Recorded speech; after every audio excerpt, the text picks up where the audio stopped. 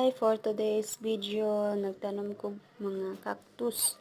Pangilisan ako siya mga yuta kay mga pangit na kay siya kay para manambok siya ayo o akong forever rich kay nagdaghan naman siya sa linsing akong gi-change ang yuta tapos ibayn-bayn ako og isa-isa kay para magdaghan og isa-isa na ako pang plaster ang uban akong cactus akong mga tanom kay para makuwapa.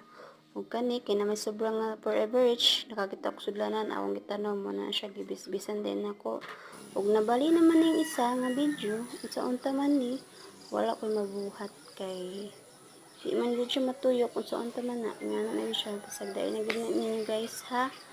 Ug salamat kay sa pagtan-aw sa akong video ug thank you for watching. God bless. Bye.